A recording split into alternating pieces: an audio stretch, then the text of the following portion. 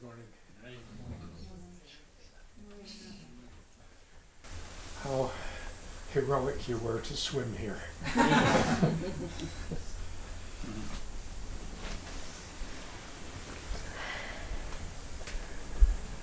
And good morning to you, wherever you are, whether you're underwater, on the surface of the water, or in the midst of drought.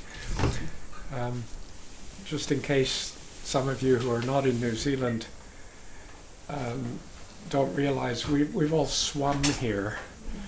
I think roughly in the last 13 months, this area has had more than 3.5 meters of rain. And right now, the North Island particularly is being walloped by day after day after day of rain. And I almost thought that maybe no one would show up this morning. Well, we've got 5 people who are either living here or locally, and they can walk here. And the rest might not even show. And then we'd have you people, of course, in wherever blissful, I see sunny, light, and so on. Here it's kind of gloomy and threatening. And welcome.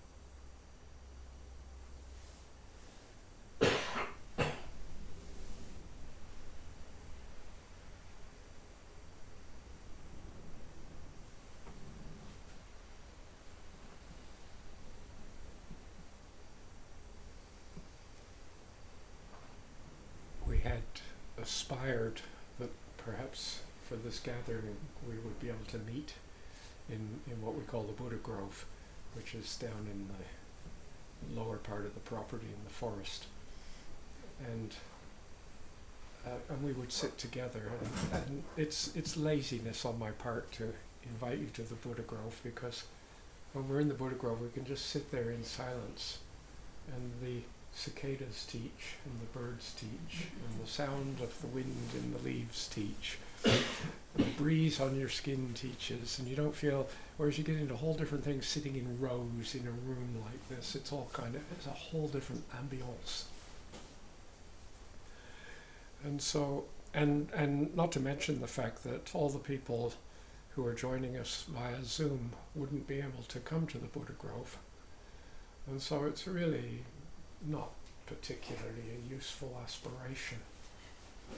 Right? However, if we were to soften and open and translucentize our experience, we may actually begin to realize that this is the Buddha Grove. That wherever you are is the Buddha Grove. And it's only because we can't recognize that we have to hive off to special locations, right? And do special kind of handshakes and signs and mudras and mantras and initiation ceremonies and so on, to somehow invite you to come home, to invite us all to come home, right? To this Buddha Grove, this grove in which the joyous budding, Buddha-ha-ha-ha-ing, takes place. Okay? Not Buddhism Grove. Okay? I mean, some of you would call yourself Buddhists. Even I do occasionally in certain company. But in other company, I deny it. radically, right? However, I'll never deny that my whole life has been taken up, right, at least the last 50 plus years of my life have been taken up with continuously remembering to return to this joyous budding. What is this joyous budding? What is this kind of grove of life that I'm settled in? Right? So we were unable to sit in the Buddha Grove and listen to the cicadas, and probably they're not very noisy today, even if we were down there. Right? And in the Buddha Grove right now, if we went down there, especially if some of you would sit on the ground, you would find it a bit boggy. And the water table here is such it runs down under follows the contour of the hill. And it comes down, and there's, right now, we have a beautiful moss-covered Buddha, that's why we call it the Buddha Grove, down in the forest there. And at the foot of the Buddha, right, where you would be sitting, right now, if we go down there, we could probably find them. You'll find little springs of crystal clear water, about the size of my thumb, just popping straight up out of the ground. Right? They're just like fountains of crystal clear liquidity. Right? Actually, it'd be very appropriate to be down there, right? Kind of floating in this. Right? But up here, it requires a greater maturity of being to realize that this is the ever-flowing Buddha Grove. Right? So for a few moments longer, let's just kind of sit, making friends with our breathing. And see if you can have a sense that wherever you are is a unique manifesting of the Buddha Grove of your life and living. Right? And invite a kind of settling. Right? Here. However that's meaningful for you, physically, emotionally, mentally, whatever works.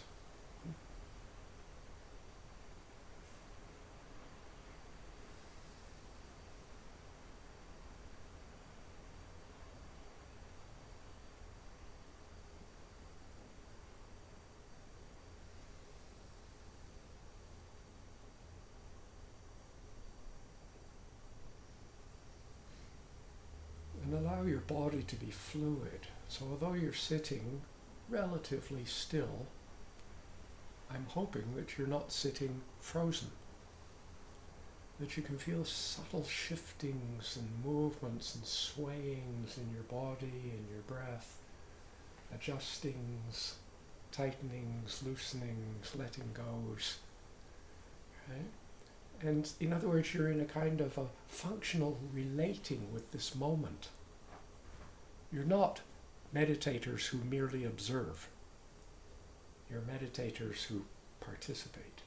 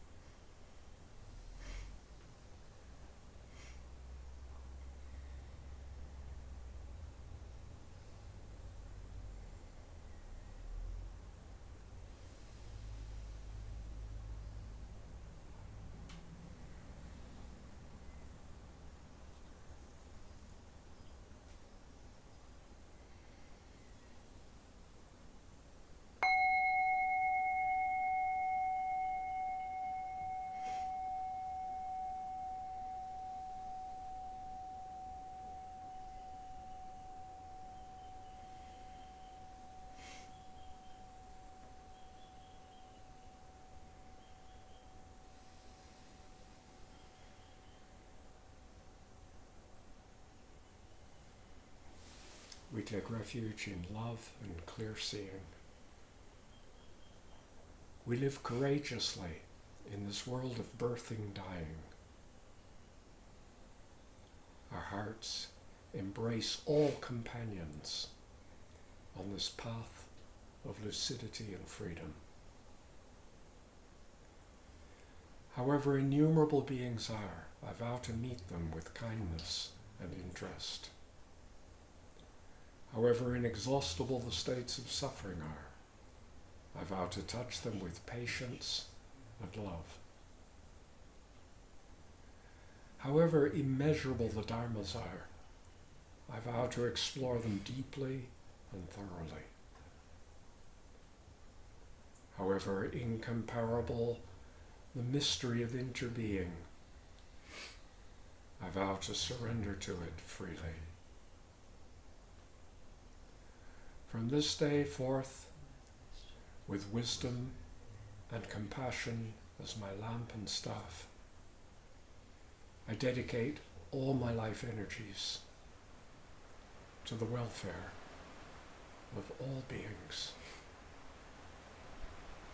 Sad.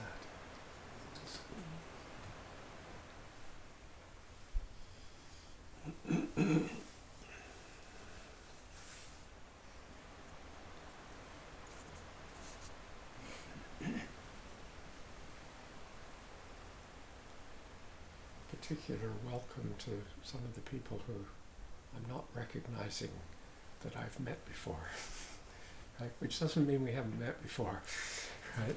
I'm not talking about some mysterious other lifetimes or anything like that. I'm just saying that I'm reaching this age where the kind of diminishing neurons are exceeding the new birthing neurons.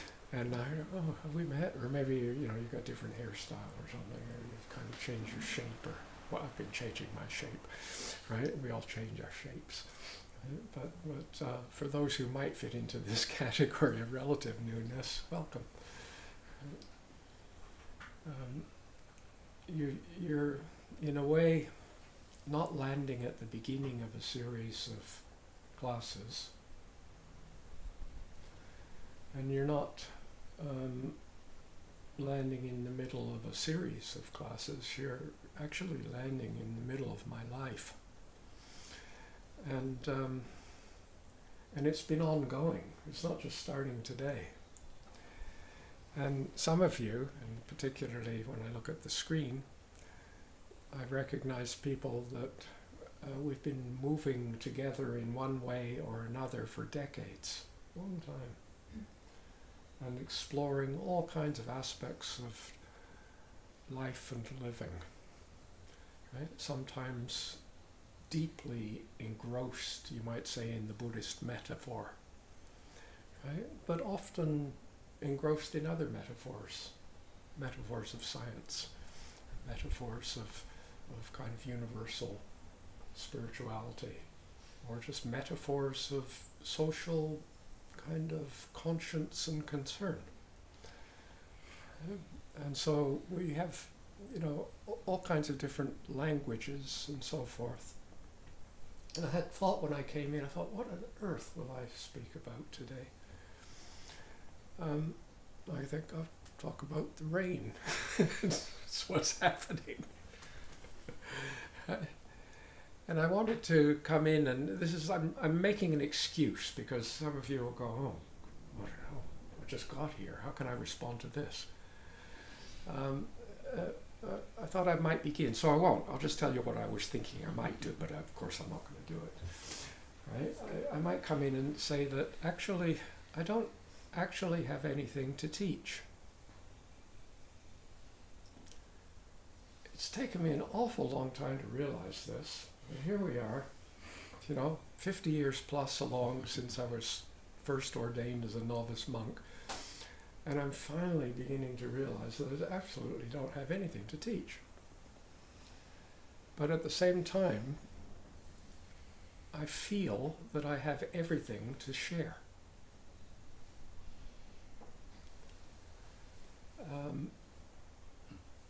And I was going to, although we've got some lovely title love and clear seeing in the way of primordial Dharma. So if we run out of something, I can always go back to that and natter on in some way that might be inspiring. Right? But I would like to actually just begin by making a space, just holding a space for any of the people who are kind of ongoing in their explorations to perhaps share a question or something that's really moving you, that's important, that you would like to bring up here, rather than me coming in and saying blah, blah, blah. I might miss the mark. You know, I might go hiving off in this direction, and really you're very interested in that direction, patiently waiting for me to say something sensible. In other words, something that kind of jives and makes sense to you. So whether you're joining us with Zoom or whether you're physically here in the room, if we're kind of supported just for a few moments without a torrential downpour, which makes so much noise on the roof that the microphones will get all confused and no one will understand anything. But if you are going to speak clearly so that the other parts can hear. I wish I could turn this around so we had two screens and you'd be able to see that there are a considerable number of people joining us from many different countries and many different time zones. Right? So just sitting for a moment, and I'm just holding the space here for people to bring forward questions or observations from their explorations, which we'll see if that takes us somewhere. We'll do this as a beginning.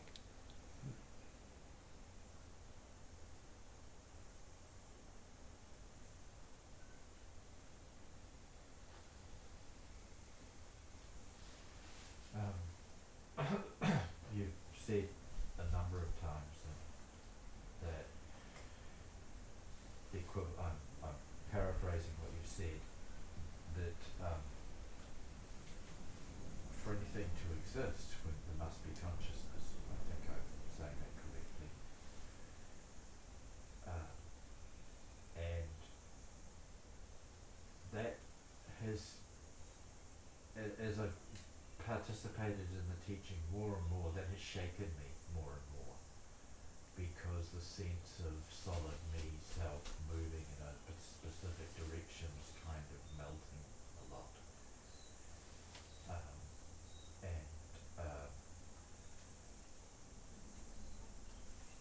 The hope is at times replaced softly with that sense of autopoiesis. I'm creating you, you're creating me, we're creating each other, and the entire universe is manifesting in this moment. If it's appropriate for what's arising today, could you talk on that subject? Well, in one sense, is there any other subject to ever talk about?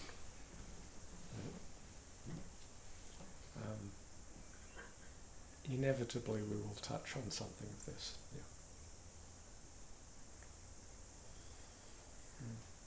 Can you, Stephen, keep an eye out if there's anyone on the Zoom who's indicating that they want to speak? Yeah.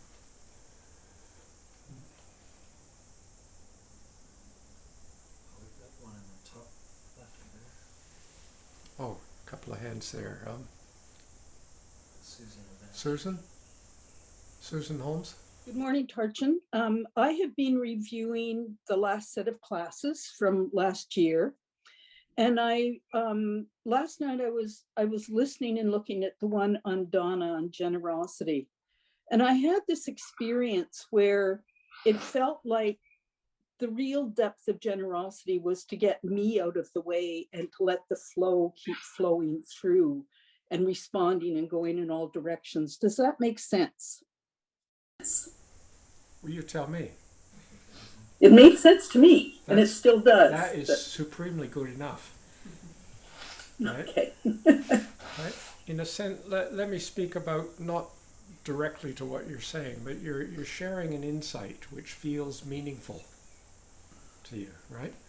and an insight in a way is a kind of a current provisional explanation that provides a ground for us to make decisions on future action. Okay? And the only way you can sort of test this provisional explanation is by putting it to the test.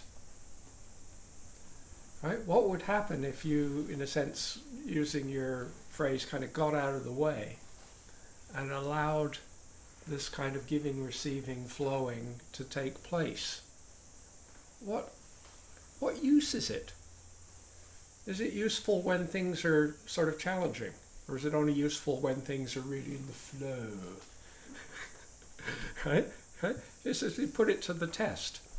And then gradually we get a new, now I'm beginning to understand. Okay, this is a new kind of insight, explanation, making sense of the world, the situation. And then we then go, okay, this is an interesting hypothesis. Right? How does it test out in the nitty-gritty of is it useful? Right? And sometimes we discard it. We go, yeah, I was into this total fantasy about getting out of the way and kind of flow of giving and receiving, and what a lot of rubbish, right? Let's go and arm the barricades, right? Or maybe that's, you never know. Out on the streets and protesting or something. No, this kind of contemplation stuff, it's useless. Well, at which point it is kind of useless for you. Yes. Right?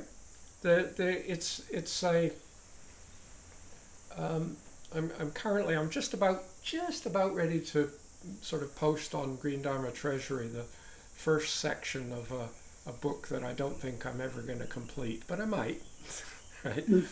And I couldn't really settle on a title because it's been in process for such a long time that it kind of has morphed and shifted as I go along, right? It's kind of a gathering of much of my life, and one of the titles so I decided to keep all the titles because I liked them all, and then it looked just absolutely outrageous on the title page.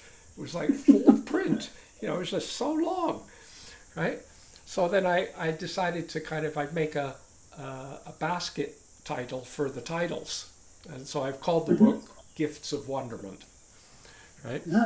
But one of the titles, and then at the introduction, I thought it would be useful to kind of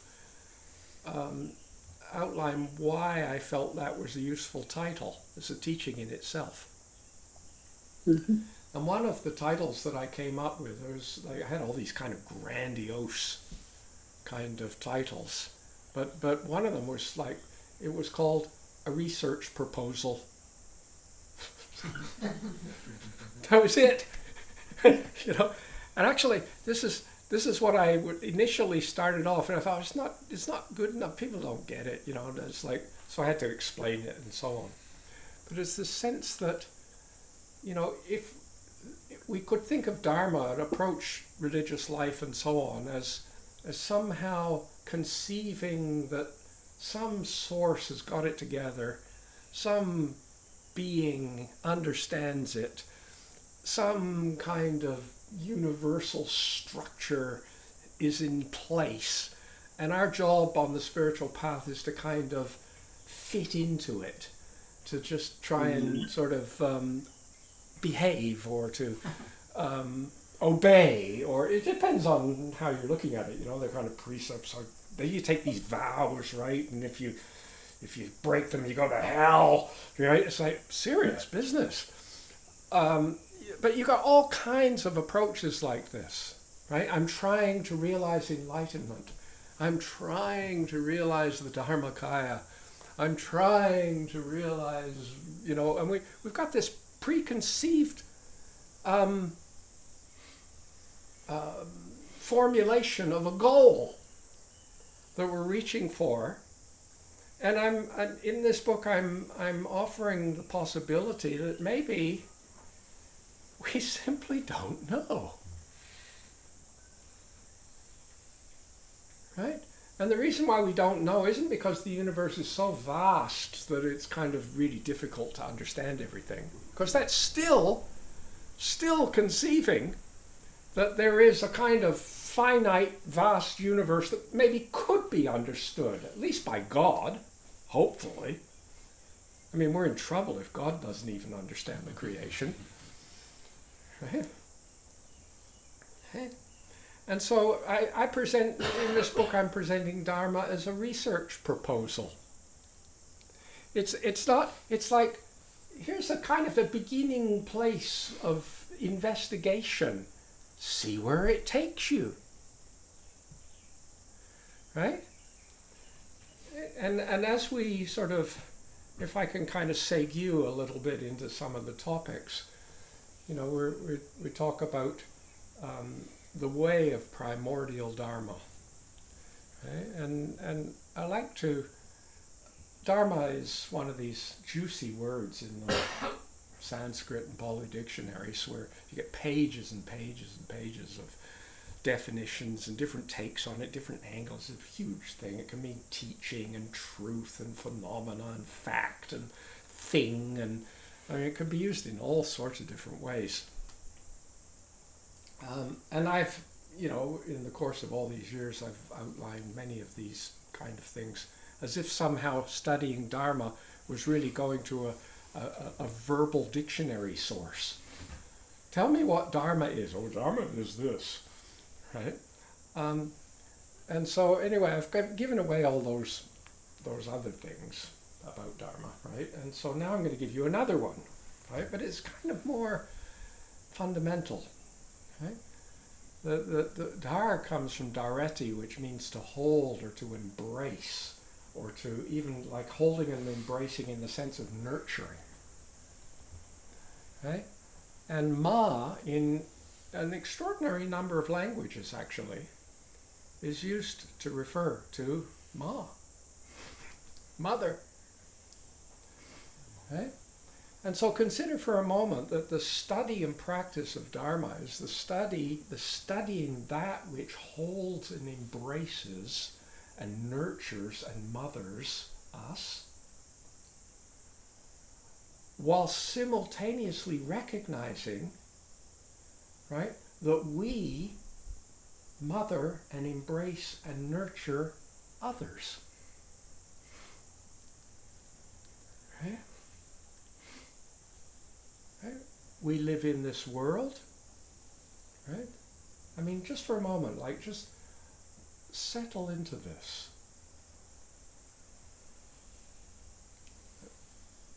Where do you begin and where do you end off? Okay?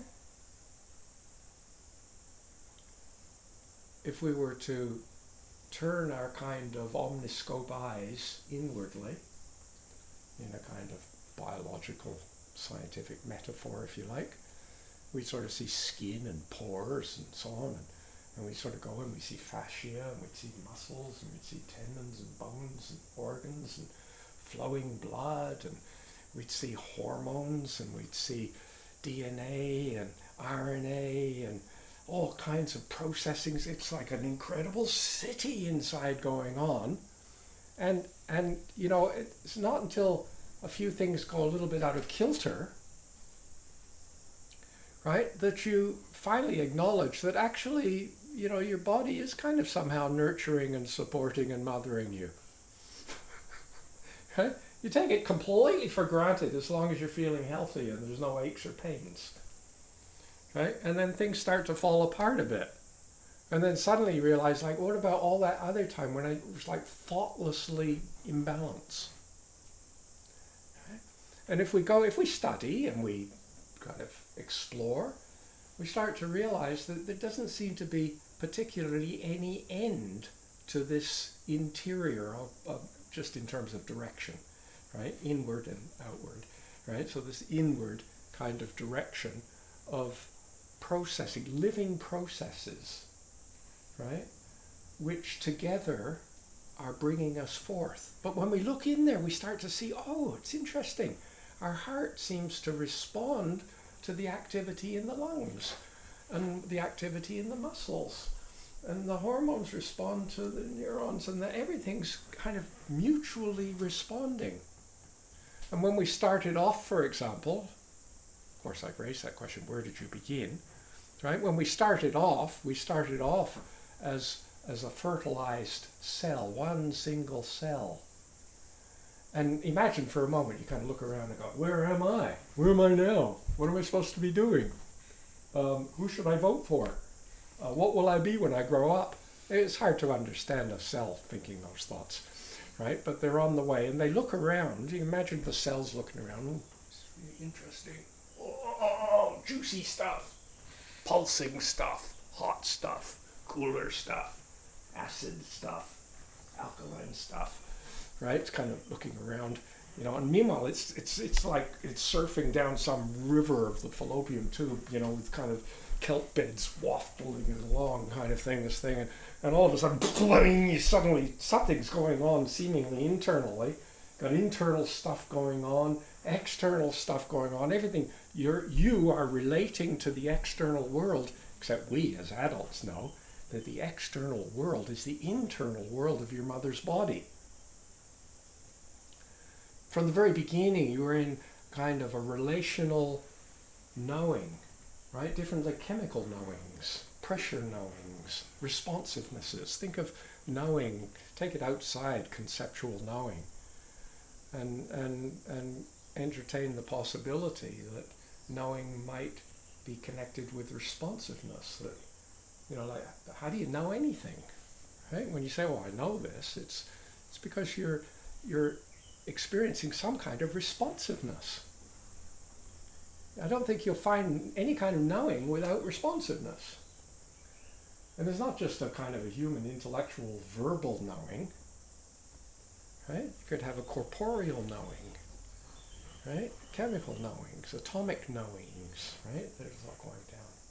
And then we go out and we see, like, I don't know about you, but I've got this kind of film of sweat on me right now, right?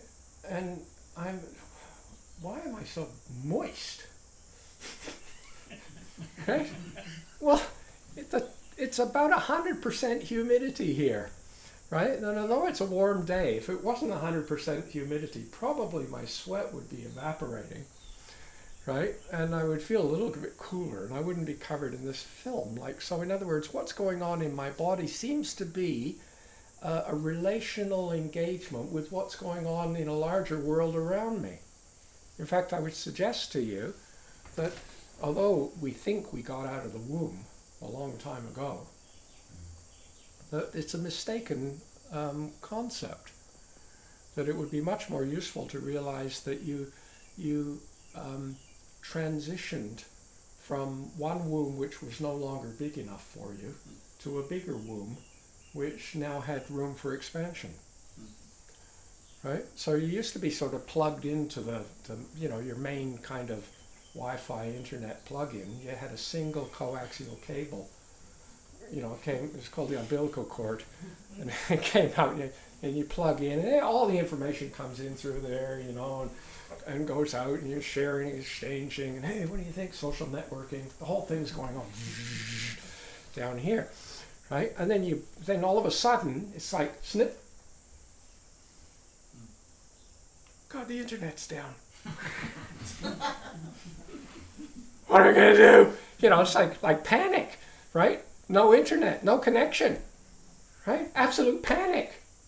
And then suddenly you realize there's still a bird singing in the tree outside.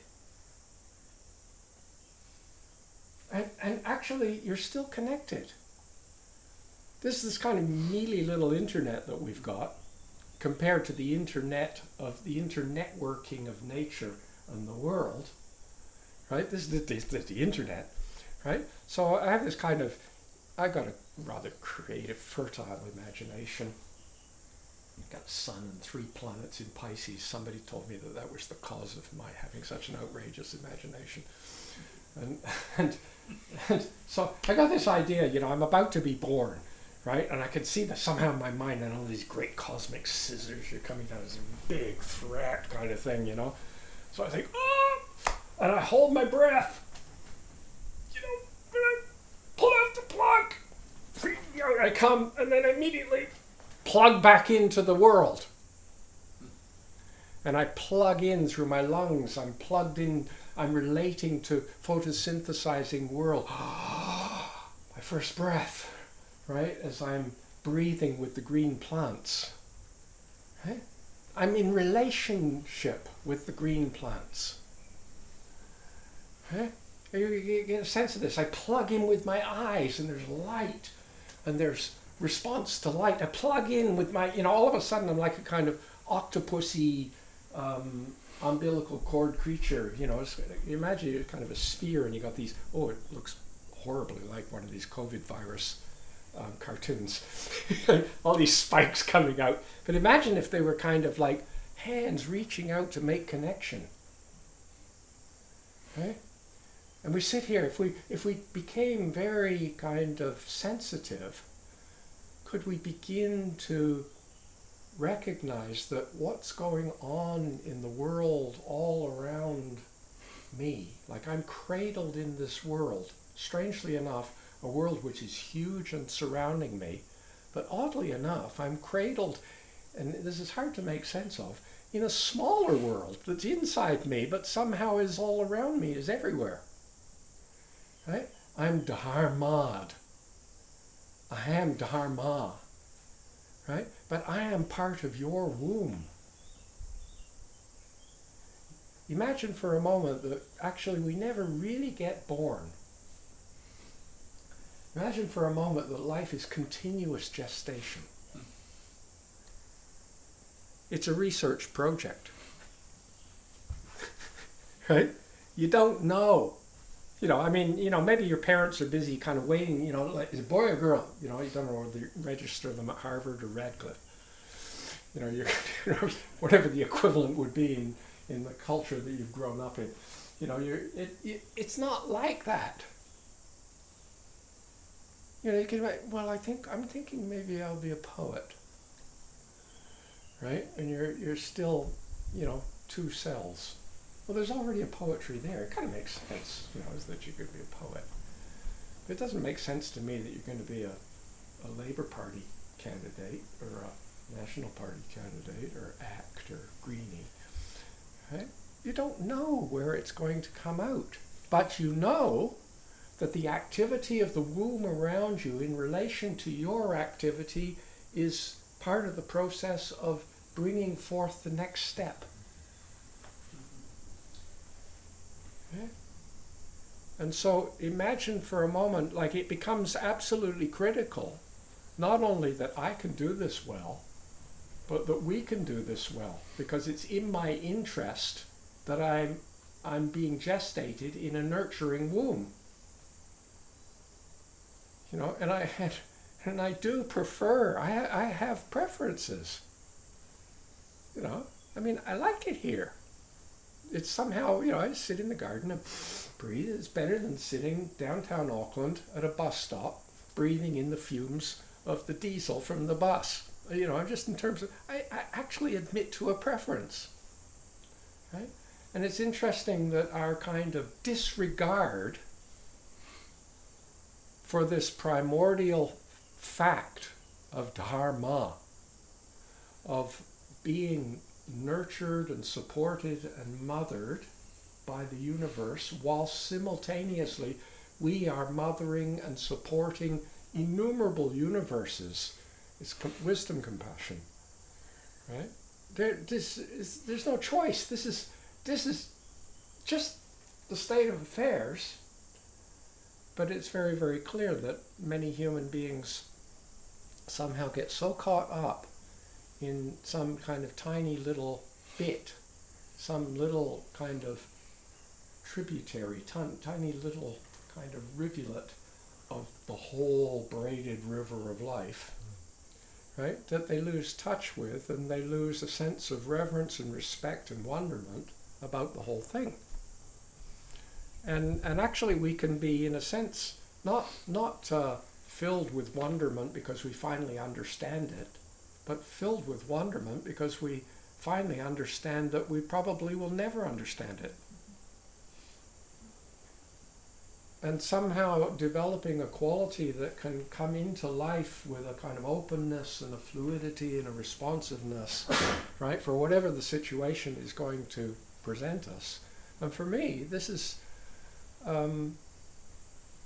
this means that if this is anything to do with spirituality, then spirituality has everything to do with the nitty-gritty of living. The idea that you can somehow make a separation between your meditation practice and your Dharma practice and your life practice is still in a complete kind of split. I'd just pause for a moment and let's just sit and rest with breathing. And there's many of you will be familiar with this kind of talk coming from Tarchin, but for some of you it might be an odd new verbal form. But for years and years and years I've been encouraging people to translucentize their experience. Right? Is to somehow find a way of coming into a mode of being, of responsiveness, of openness, of looseness, of curiosity, right? That can somehow allow you to see multiple domains of participation instead of just this. Right? This rain that we're having, I was watching the Al Jazeera news yesterday, and they have a weather report that comes out. And the weather report's not relevant to us because it's always some other place in the world. And I just thought it was rather interesting that they mentioned that Dubai had just had more rain in the last 24 hours than they've had in the last 3 years. This is, meanwhile, Auckland's going down for the count. And I mean, this sounds very kind of, I don't know what it sounds like, if it's trite or simplistic or what have you, but it seems to me that this is just, for me, it's just absolute demonstration, right, of greenhouse gas in action. I mean, if you warm the planet, you evaporate more water.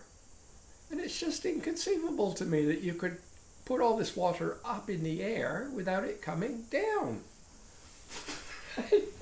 That's just the way stuff works. Right? And we find ourselves like in this kind of extraordinary, this is the fetus affecting the mother. This is the mother affecting the fetus. If you, instead of talking about self and other, maybe you should just talk about mother and fetus. Because all those others are actually, in a perspective, are mothers. All your others are mothers.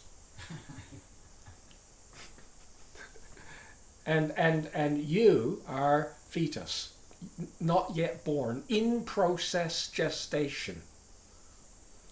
And yet, the activity, sometimes you're in there and you start to sort of flex your muscles. And mother goes, ooh, there's something going on in here, right? And so it's very obvious that mother is being affected by the health and well-being of the fetus. It's not to take turns. Okay, now I'm going to affect you, Mum. Okay, I've had my turn. Now you affect me. And you kind of go back and forth like this. No, it's simultaneous. Okay?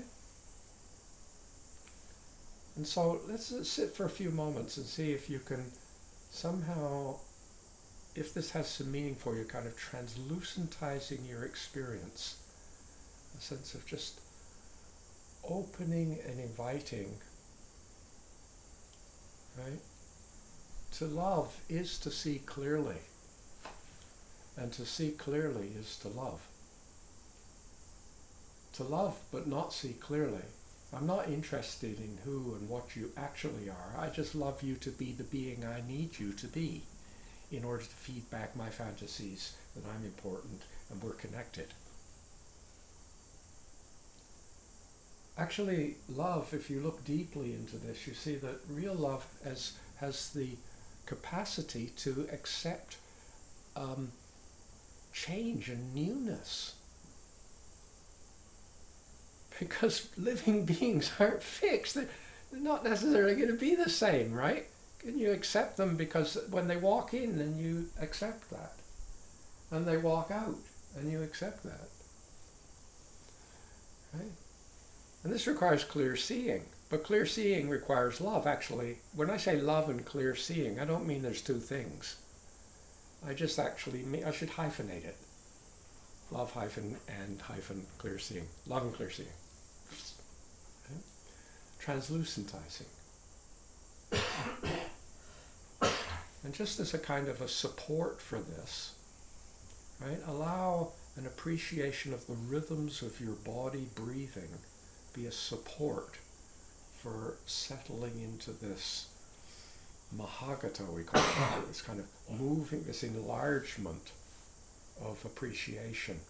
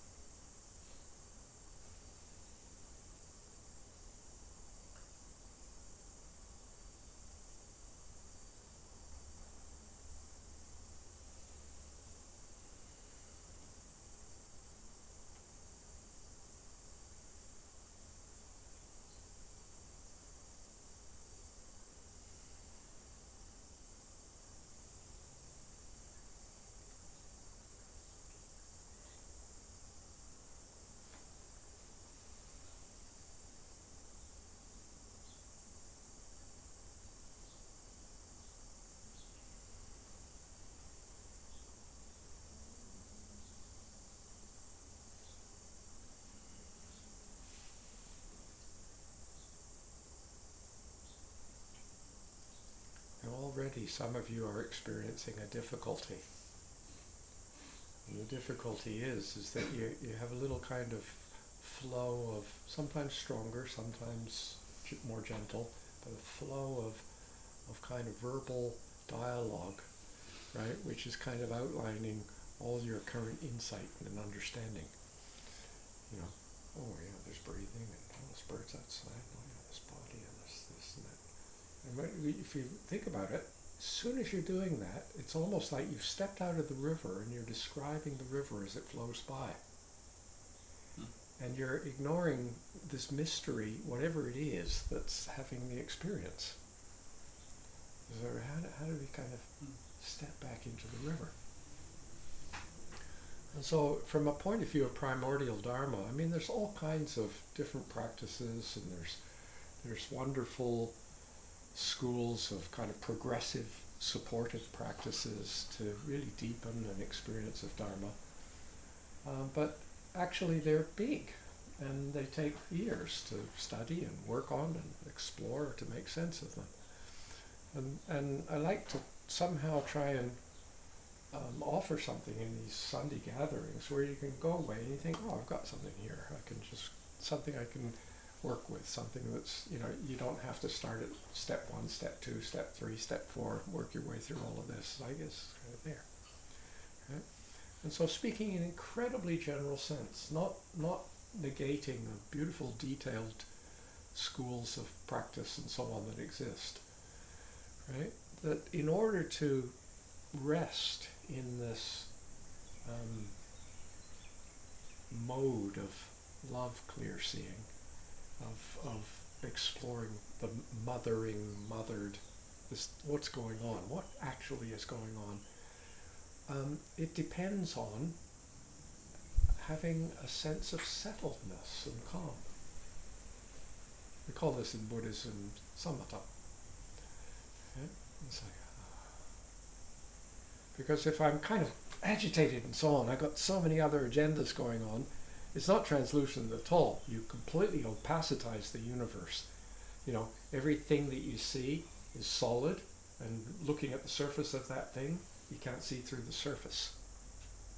Whereas when you translucentize it, it becomes softer. You see there's a kind of a surface there. It kind of looks like a Tarchin, but it's also a pile of biological organs that are in process. Okay? You imagine, you look up here and then all of a sudden you don't see Tarchin, right? I mean, we get a little bit into this translucentizing in our culture. You know, we sometimes strip the clothes off people. I mean, it's a mental act.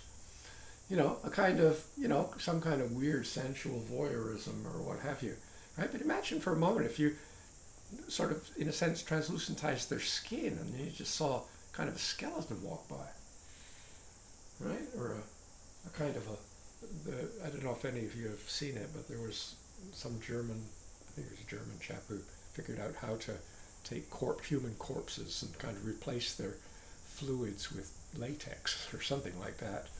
And so he did these extraordinary displays of human bodies, which I've seen it twice now. It's quite source of great contemplation, right? But in one of them, they kind of put the body in a vat that had somehow dissolved everything except the neurons, right? And so you literally saw this kind of human shape. You know, it looked like a kind of sea cucumber loofah you might have in the bathroom to scrape your back wash with. You know, it's kind of a filigree of fine threads of the nervous system, right? Because it had been all sort of held together with plastic and plasticized, by this kind of, some people are put off by the technique, but it's kind of setting all that aside. Very interesting to see, right? So you can imagine you see this kind of walking loofah go by, or imagine you go by, it's like actually, I mean, I remember one morning I was sitting out here just quietly minding my own business, translucentizing, and for whatever strange reason, right, I suddenly became aware of my heart beating.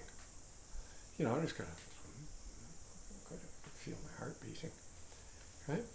And then somehow I was sitting out on the porch over there, and I kind of, somehow in my imagination, suddenly found myself thinking that lying on a bed in this bedroom was a body that looked suspiciously like Mary. And inside that body, there was a heart beating. And then a cow mooed. And all of a sudden, I thought, wow, there's beating hearts all in the field down. There's a whole herd of beating hearts. A bird, beating hearts, going all over the place. And I was like, sitting there, and then all of a sudden, now I get the idea. I threw in Auckland. I can imagine, moving on buses, lying in beds, having arguments, all these beating hearts and flowing bloods. Imagine if you saw that, right?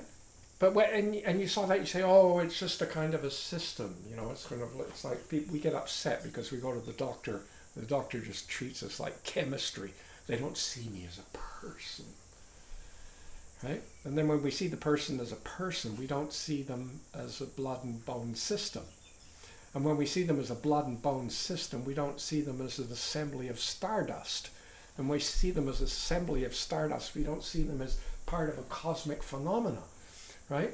Like our seeing tends to opacitize, right?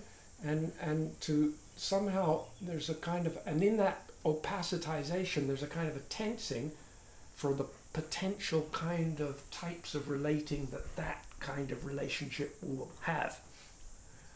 Right? So could I just soften in the body, softening down, relaxing. And sometimes we need a support to encourage this samatha.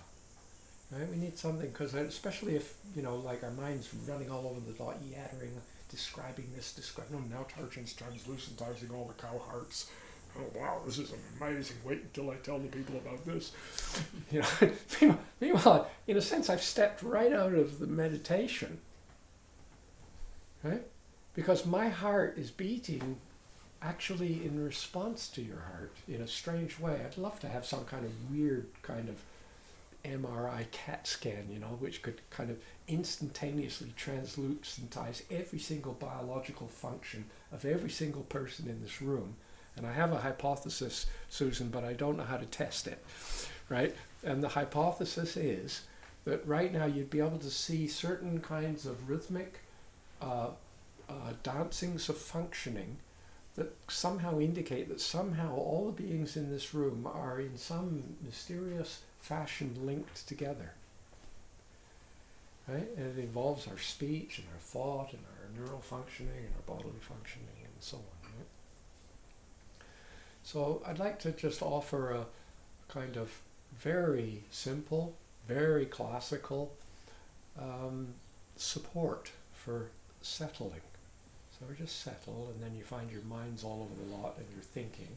So what we'll do is we'll give you a bit of verbal stuff to do, right? So instead of thinking about this, that, and the other, you can just sort of mindlessly do this verbal stuff, and it's called a mantra, right?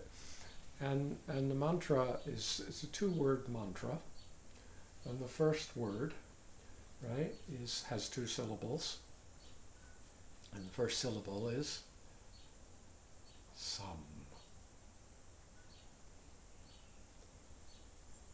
You know English. You take all the column of figures. You do your sums, right? Sam, it means complete.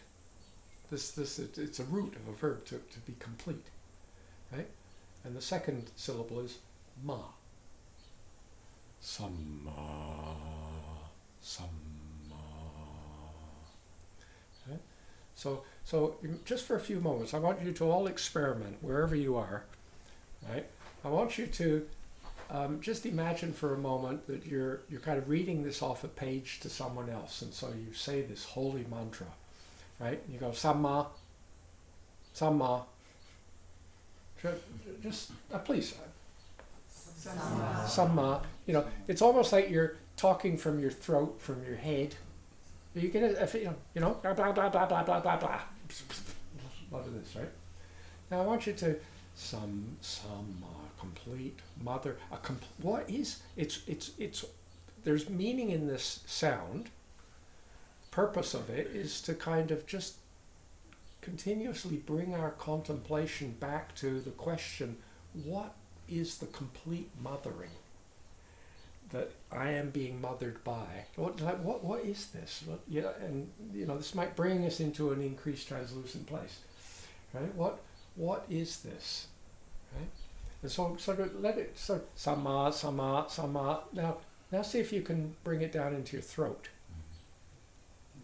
Sama, sama, sama, sama, sama. Now, try and bring it down into your chest, right? Into your heart, right?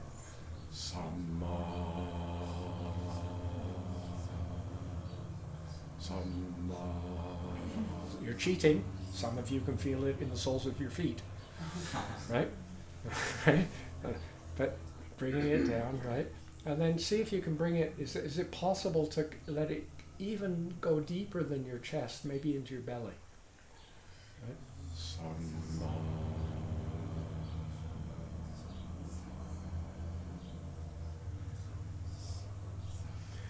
And join this with your breath, right? So when you're working with this, I'm not suggesting that you're sama, sama, sama, sama, sama, sama, sama, sama, sama, sama, as if somehow saying this magical mantra is going to solve your problems. It probably will just get you locked up in a nut house if you sort of do this in the wrong place, right? Right? But if you were to join it with your breath, so just take all the time in the world for a breath, inhalation.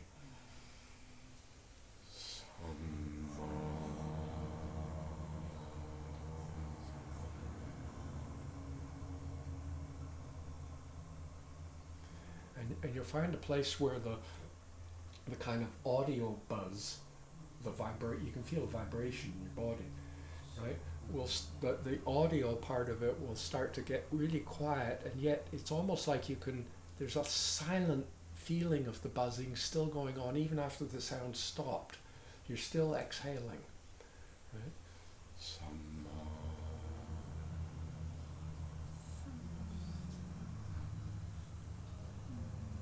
And then take a inhale.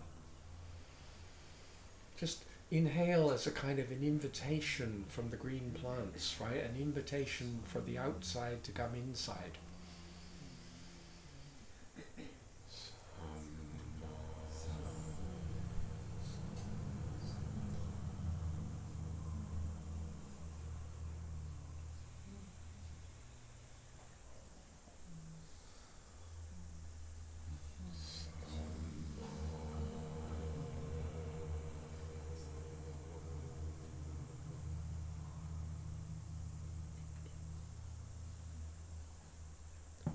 and then there is a second word, and it has 3 syllables.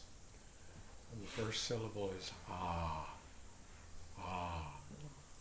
And it's interesting in the Dzogchen, the Nyingma tradition, and the Dzogchen teachings, Tibetan Buddhism.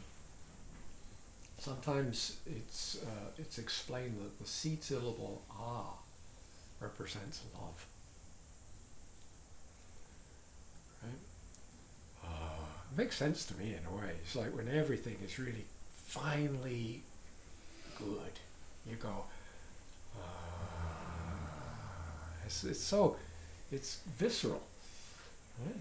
Right. So this is the first syllable of the second word is ah, right?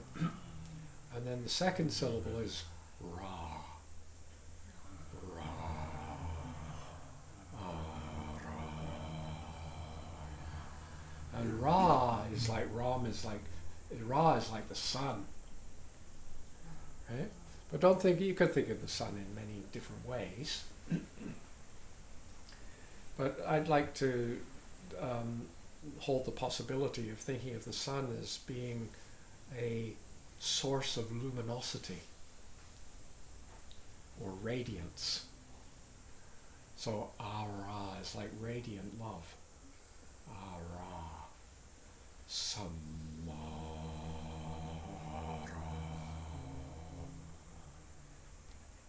It's not very satisfactory if you know the rest of it, so we have to add the third syllable, right? And the last syllable is hum.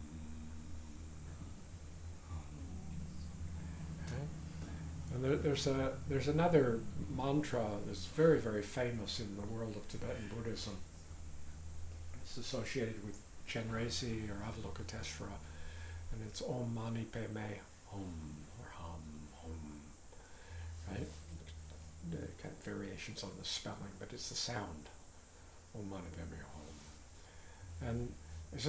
And sometimes they translate hail to the wisdom in the lotus and all kinds of glorious kind of poetic-y kind of translations. And it's associated with a Buddha figure that represents the union of wisdom and compassion.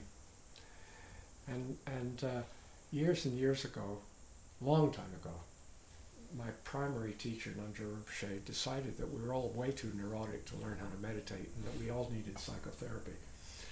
So we all went off to the Eureka Valley in Morocco and rented little tiny mud huts from the Berber village there and proceeded to do like 6 months of intensive, almost round-the-clock psychotherapy. Right? And you'd, in between some of the sessions, and those were the days of primal scream and confrontation. It was like all the outrageous stuff. Now we're much more sophisticated and probably much more effective. But in those days we were messing around trying to find our way through exploring these different things. And in between the sessions, all these group sessions and individual sessions and so on, people would sort of sneak off and do a bit of meditation work. And I remember walking around the corner once, and there was some guy sitting in meditation, and he was doing Chenrezig's mantra.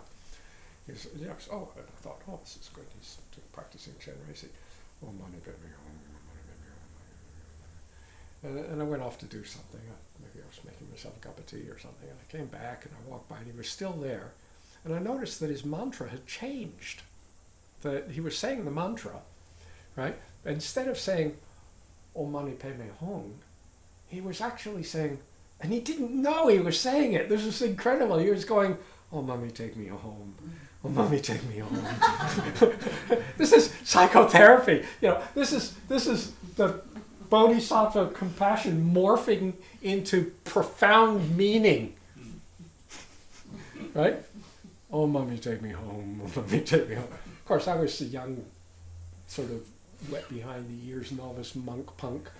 Right, and I was a bit snarky and said, "That will mommy take me home," But there was a little part of me that thought, kind of registered that there was maybe something profound in that, but it was not very spiritual. Right? Now I think it's much better. You should do the mantra, "Oh, mommy, take me home," would be much more to the point. Right?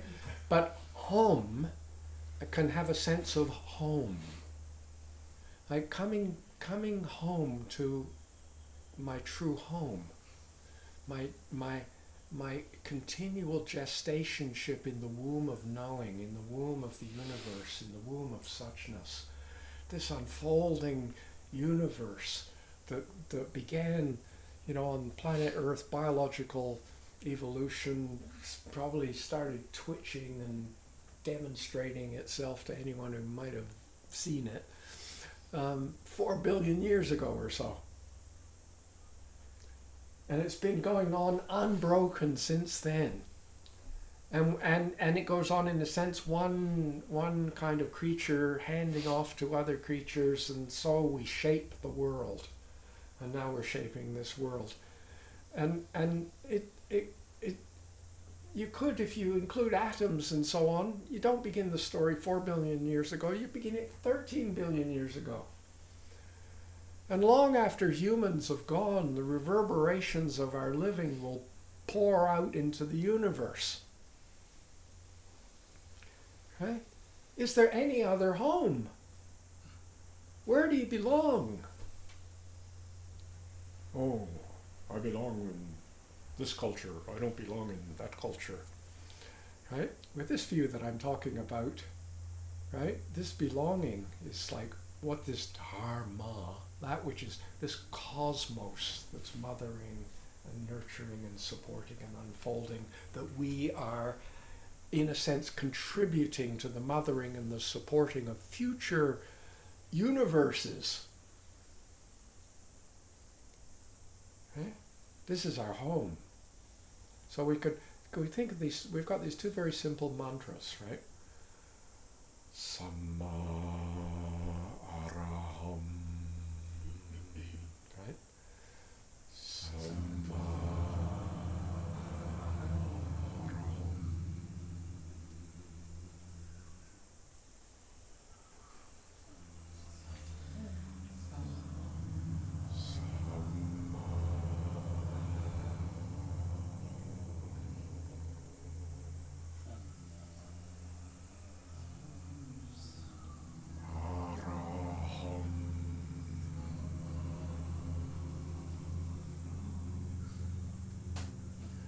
And you can do them both on one breath, or you could do one breathe in, do samma, and then breathe, and then take another in breath, and then do arahang, right?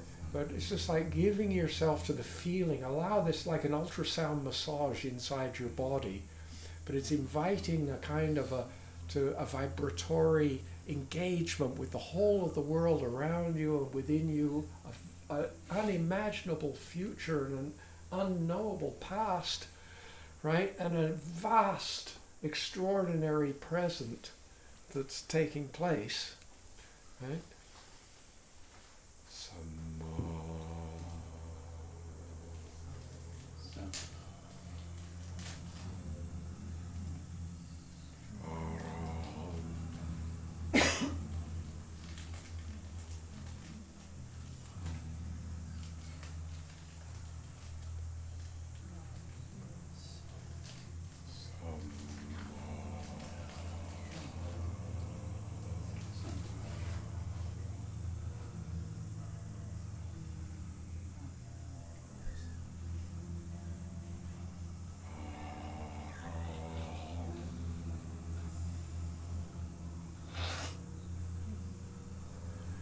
Imagine for a moment you've discovered something which is extraordinarily profound and yet so difficult to express in words.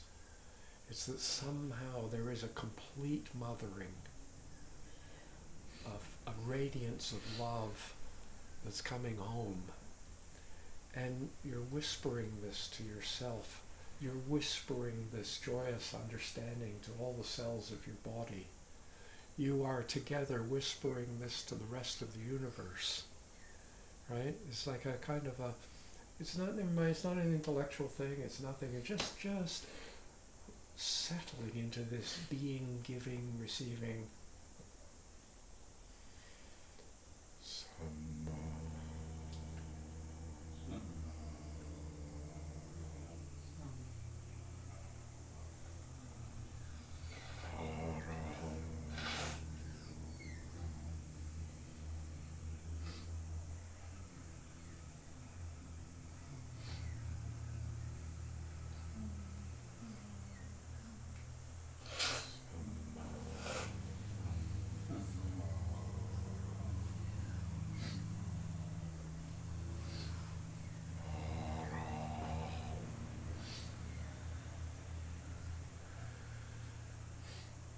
sometimes you find the different syllables can invoke question for you. Like, what is complete? What do I mean by complete? Or what is mothering? Or what is love?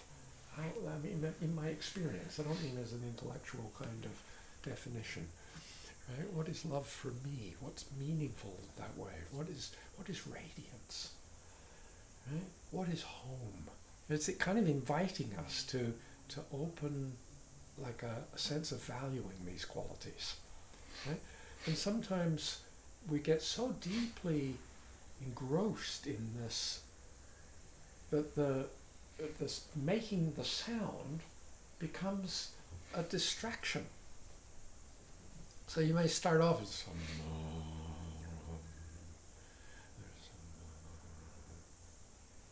you're breathing in and you're breathing out, and the mantra's still there in your mind, Arahang, but it's silent, becomes silent, right? It's just as you're feeling more and more in. If your mind starts wandering around, sing it. Samara.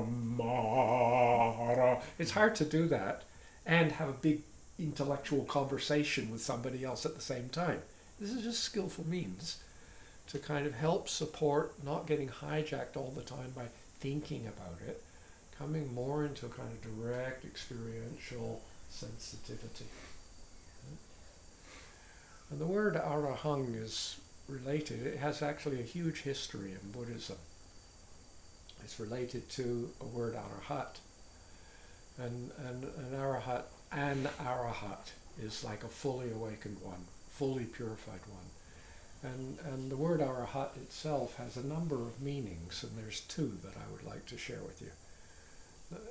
That araham, love, radiance, home, that's just a kind of a Tarchin help out, right? You won't find that in the classical Sanskrit explanation, right? You might, right? But you'll hear it in the commentaries. There's many people who could realize this and express it as a commentary. But one of the meanings of arahang is pure, purity. And so many people live their lives and they feel impure. We kind of divide the world up between pure and impure.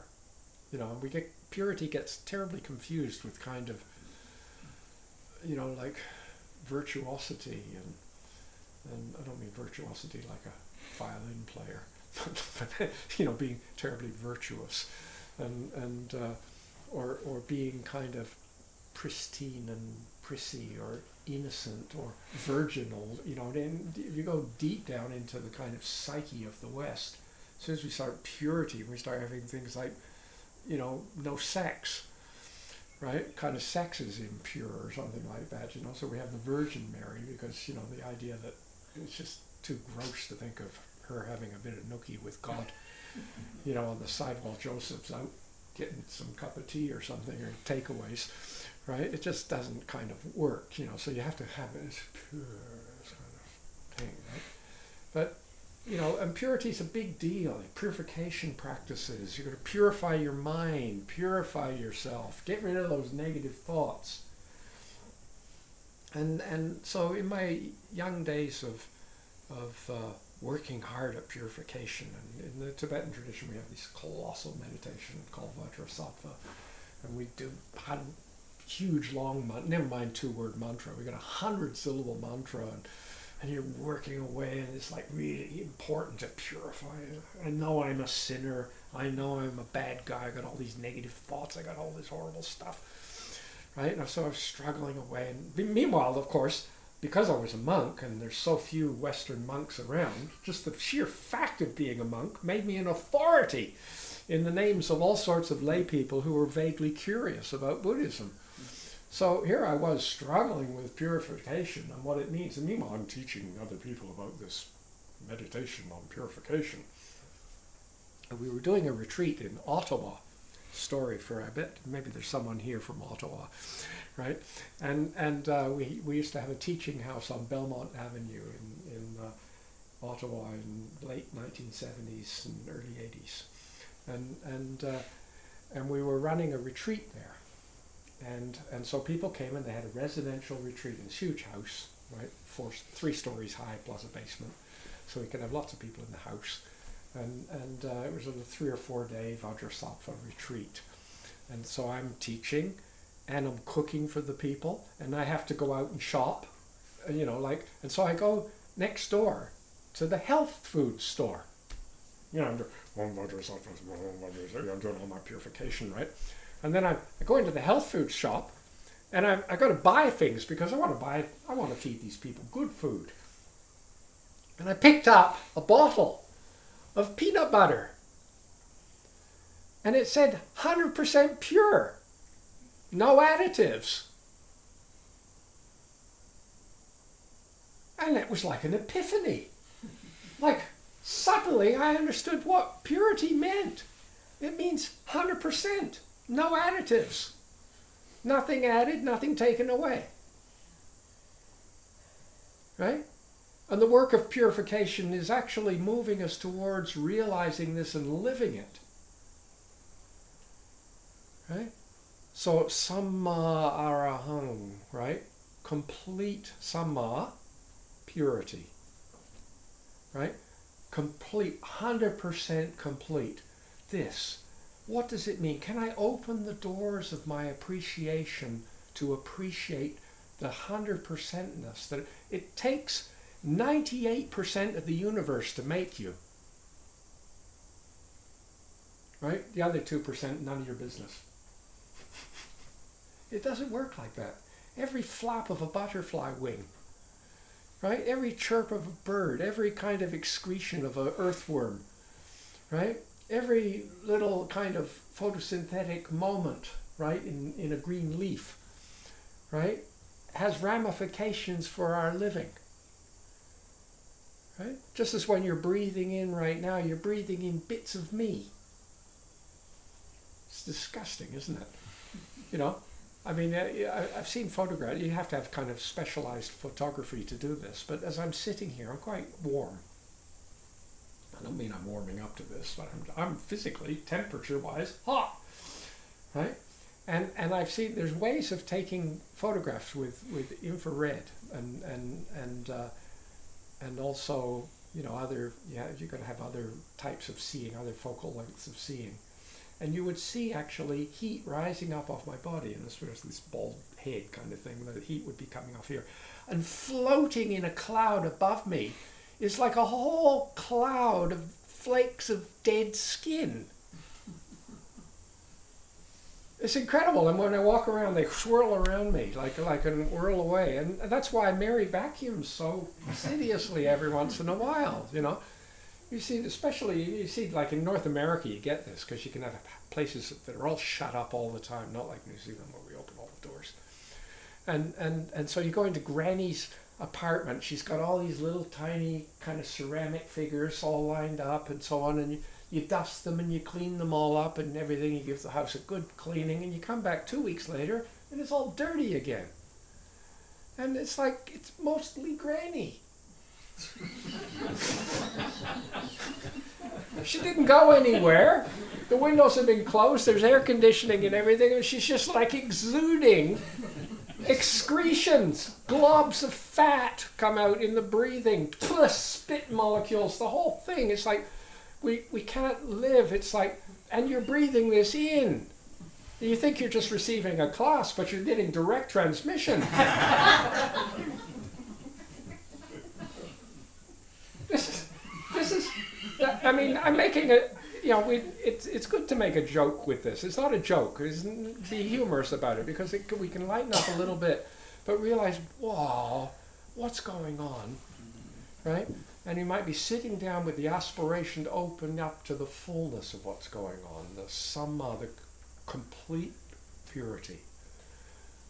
There's a kind of mantra in the Tibetan tradition, Om Sobhawa Shuddha Sarva Dharma Sobhawa Shuddho Hong. And Shuddha means purity, and there's many words for purity. And Namjal, my root teacher, once translated this mantra for us because it appears in so many different texts. What does it mean? What does it mean? And a literal translation doesn't really mean anything. And so Rinpoche said, this mantra, you translate, it means whole universe, utterly pure. Right? Whole universe utterly pure. And you know what? It's purely what it is. Right? I mean, impure anger would be anger that had a bit of love mixed in it. You understand? This is pure anger. Right? This is pure, vast mixture of ecosystems unfolding. This is purely, it's this. Samma arahang. Right? Another meaning of arahat, in addition to purity, is roughly translated as one who has no secrets. And it's really indicating, is another way of expressing exactly the same meaning of arahat. It means the inner and the outer are in accord. Right? In other words, your inner doesn't hold secrets from your outer, and your outer is not holding secrets from your inner. Right? They're in open, completely open relational dialogue, so to speak. Right? And you think about it, like there's so many of our problems, our life problems, are tied up with secrets. Oh, I can't tell them. What if they find out? Should I let them know or not? You know, I mean, it's like, it's huge. Right? And what's really absolutely tragic is that we have secrets about ourselves from ourselves. You know, no secrets means open book. This universe, it's just like, bam, what you see is what you get. I mean, that's a kind of a jargon phrase, which isn't usually used in the way that I'm saying it, that I'm meaning it. Right? So you got nothing to hide. You're not you know, it's like, where's shame if you've got absolutely nothing to hide? Where's guilt if you've got nothing to hide? You know, this is the purity. Right? If you want that kind of strange, not the 100% pure, but the more traditional purity, being good. Right? It will be somehow connected with this samma arahang, complete no secrets. This kind of inner and outer in accord, the self and other in accord. Can I live in a way that is moving in the direction of no secrets? Doesn't necessarily mean just going out and blabbing everything and causing a big ruckus in your family. That's maybe unskillful. Right? It's not. So people say, "Oh, there's no secrets. I can't stand you. I didn't want to be secretive. Just being honest. You bug me." Right? Sometimes people, you know, this kind of thing. They say, "I'm being honest," and then they say something nasty. What about saying, "I'm being really honest. I really love you"? It's not. We don't sort of use that as an illustration of anything. Why has honesty got to do with telling people nasty things? Right? Why does the inner and the outer, the lack of secrets, have to mean nastiness? Why does this openness? Where do I begin and where do I end off? What if I was porous? What if my life is a kind of, everything is porous? You know, there's some flow back and forth. There's a kind of a filmy outline of a heart. But actually, if you look at even my skin, you think, oh, I got skin there, or the membrane of a cell or something. It's not a plastic bag that contains all the juicy bits. It's an organ. It's thick. It's got layers. It's got doorways through it. It's got sensory devices in it, so to speak. It's an organ for sensing and knowing and adjusting, and your skin is, you know. So what's this no secrets? Okay? So we might begin to approach this. Can I settle into primordial Dharma? Not Buddhism Dharma, right? It is Buddha Dharma, but it's not necessarily Buddhism Dharma, right? It's this joyous awakening, right? Wherever there's joyous awakening, there is Buddha Dharma. It doesn't matter whether the person's a Christian, an agnostic, an atheist, a scientist, an artist, or a politician. There's Buddha Dharma. And so some araham, this primordial Dharma. Right? Can I support you? I'm doing this as a kind of histrionic kind of thing. I'm trying to demonstrate something, trying to convey a feeling of something. But could you, in a meaningful way, can you feel this towards the other people in your life who aren't here in the room? Can you feel this towards the people that you're maybe having conventionally speaking, a difficult time with? Okay? I want to come home.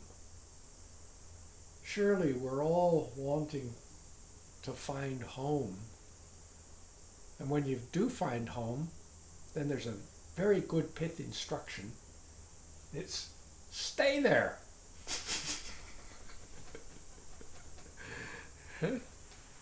So can I go from here to Tauranga without leaving home? Can I travel from here to Australia without leaving home?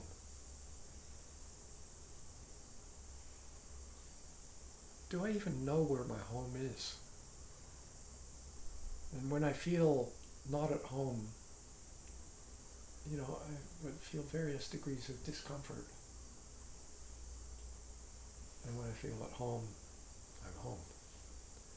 Right? Dharma. Right? This is a research project. Right? We're not trying to achieve a final thing. We're just seeing what would be the best way to participate in this extraordinary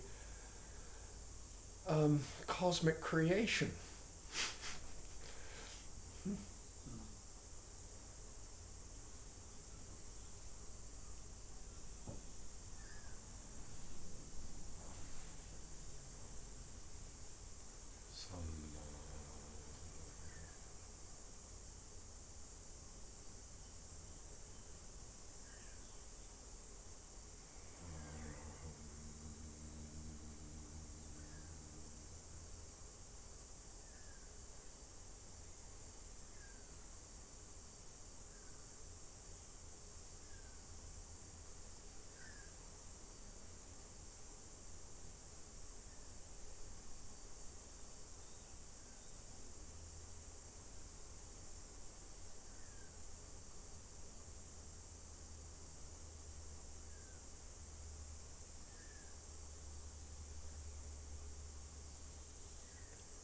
Are there any questions that you'd like to ask, or any understandings or insights you'd like to share?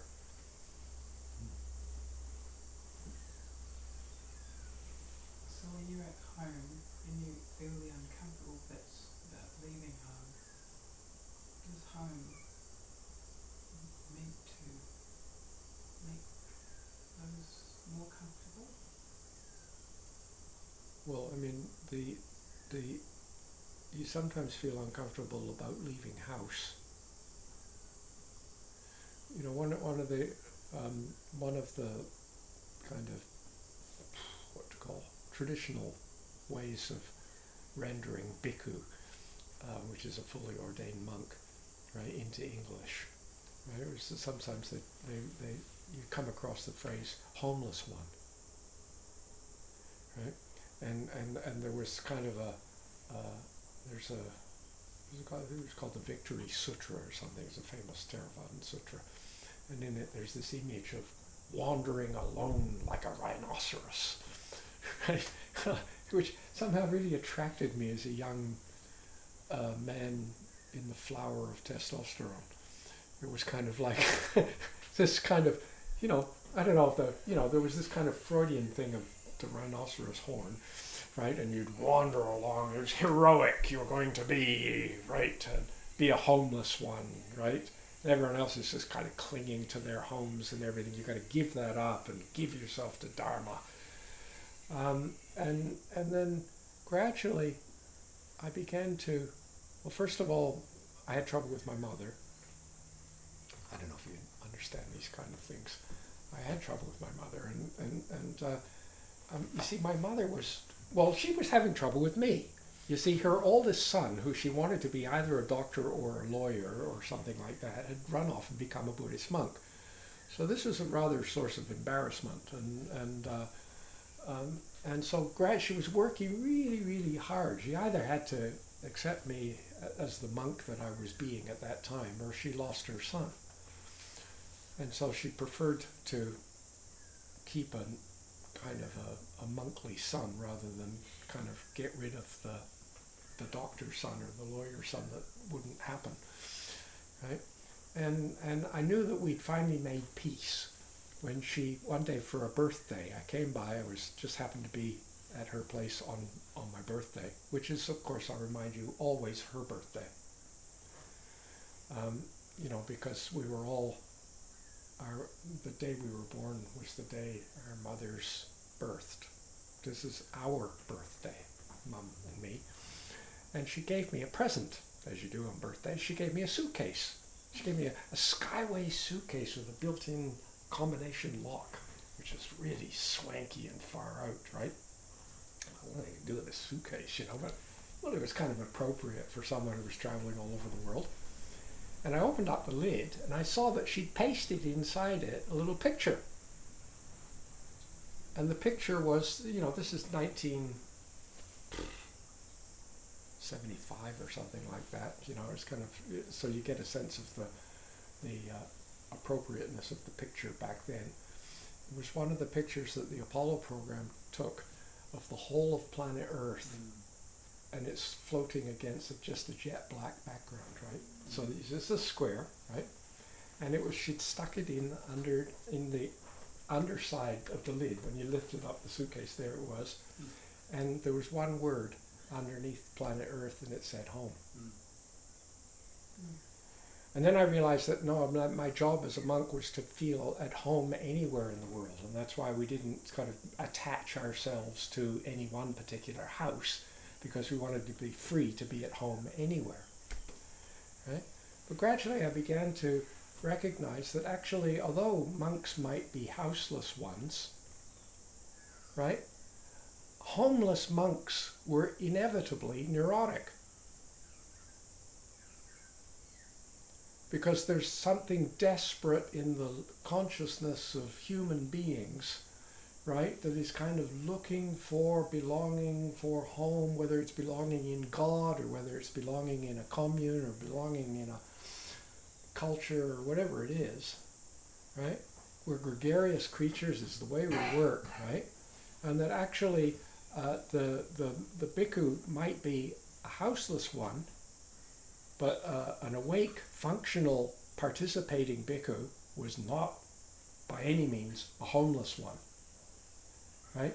And increasingly we begin to realize what our home is. Like this is actually the whole story in Buddhism of the meditation on refuge. It's a lifelong exploration to realize our true home. Right? My home is in the totality of the living, which gives rise to us. Me and us together living. That's my home. And it doesn't matter how hard I run or how hard I dig my heels in, I can't get away from this home. I'm always home. So it's absurd to think about being afraid of leaving home or anxious about leaving home or anything like that. It's a kind of a confusion of things. I mean, you could say, oh, I'm feeling anxious about leaving home. And there's nothing wrong with saying that, but you mean it in a certain way. But in the way I'm talking about it, it doesn't hold, right? And so it's not a matter of trying to convince yourself, oh, I'm at home in the universe, when you don't feel at home in the universe, right? When you walk into a stranger's house, You know, I mean, in New Zealand, you know, every culture has their different kinds of ways of etiquette and so on. But in Canada, for example, you might go and visit someone, and they'll say, make yourself at home. There's cornflakes in the cupboard and milk in the fridge and so on. They just leave, you know, their idea, you make yourself at home, you treat it like your own home, right? Whereas if you feel like a guest you don't sort of walk into a stranger's house and immediately go to the cupboard in the kitchen, open the door and sort of pull out some food and start making yourself something to eat. It doesn't quite feel right. You know, you're kind of like not really feeling at home. You know, you're having, you know, it's their place. You know, but if you are in a place where you feel utterly at home, you know, then you don't have any restraints in a certain sense, right? I belong here. This is my place. I don't have to go, is it all right if I have this? Do you mind if I have a glass of water? You just do it, right? And it's like, this is a Sufi kind of image, you know, like the difference between being the host and the guest. The guest is the kind of the unenlightened being who's kind of always traveling and always on the go, looking for, whereas the host is at home. The host just offers, you know, you come in, would you like something to eat? Would you like to stay? Would you make, it's not a matter of, you know, Canada isn't good enough in my mind. That's why I left, of course. Right? It's not good enough to say make yourself at home. It's in my mind, I want to help support that person feeling at home, not just kind of leave it to their own devices for them to make it. You know, I just ignore you. I don't have to cook anything for you or do anything for you. Make yourself at home. You know, my house is your house. See you later. Right? Somehow I feel like I want to go, would you like something to eat? Would you like a, you know, it's not a matter of controlling or anything, but this is the host. Right? So imagine, like, if you live in the fullness of living and to be a host for all the guests that arrive, right? People at work, strangers, bacteria, viruses, cancers, right? Storms. There's all kinds of guests that arrive in your house, knock on your door. Right? Are you a host? And do you welcome them? Right? Do you recognize that actually you don't say this home, my home is your home, but not really mean it. You really mean it. I mean, and so this is a maturing of our being. It's not just a kind of a concept, and then we try and force ourselves to be like that. It's like holding the question gently. Samma arahang is could be a way of holding the question, what is home? What are the qualities of home? How do I function when I feel more at home, not home or not home, but more at home or less at home? Think of it as, that's more functional to think of it like I'm more at home and less at home rather than I'm home or I'm not home. Because you're never not home. Right? There's always guests come to the door, they dingle dongle on the door, and you answer the door one way or another. Right? Does this say anything to what you were trying to ask? Okay.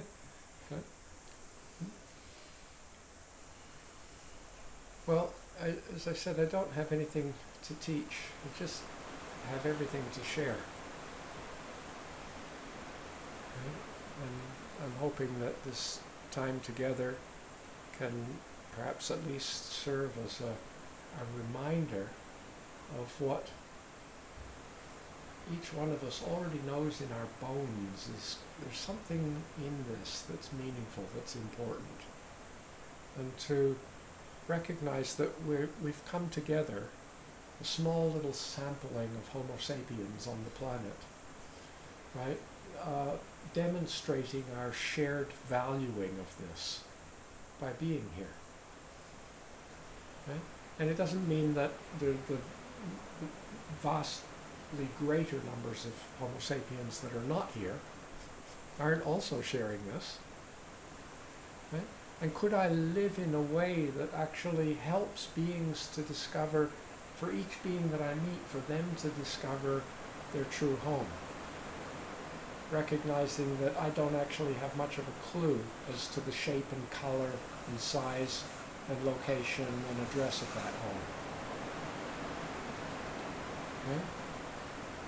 We live within the field of knowing that we are, while simultaneously we are wombs, right, for the gestating fields of knowing that are everybody else. And it's all happening simultaneously. And as this session gradually draws to an end, I don't know if you can hear this on Zoom, but the rain has just now started and it's becoming really arduous for me to speak, and so we will end.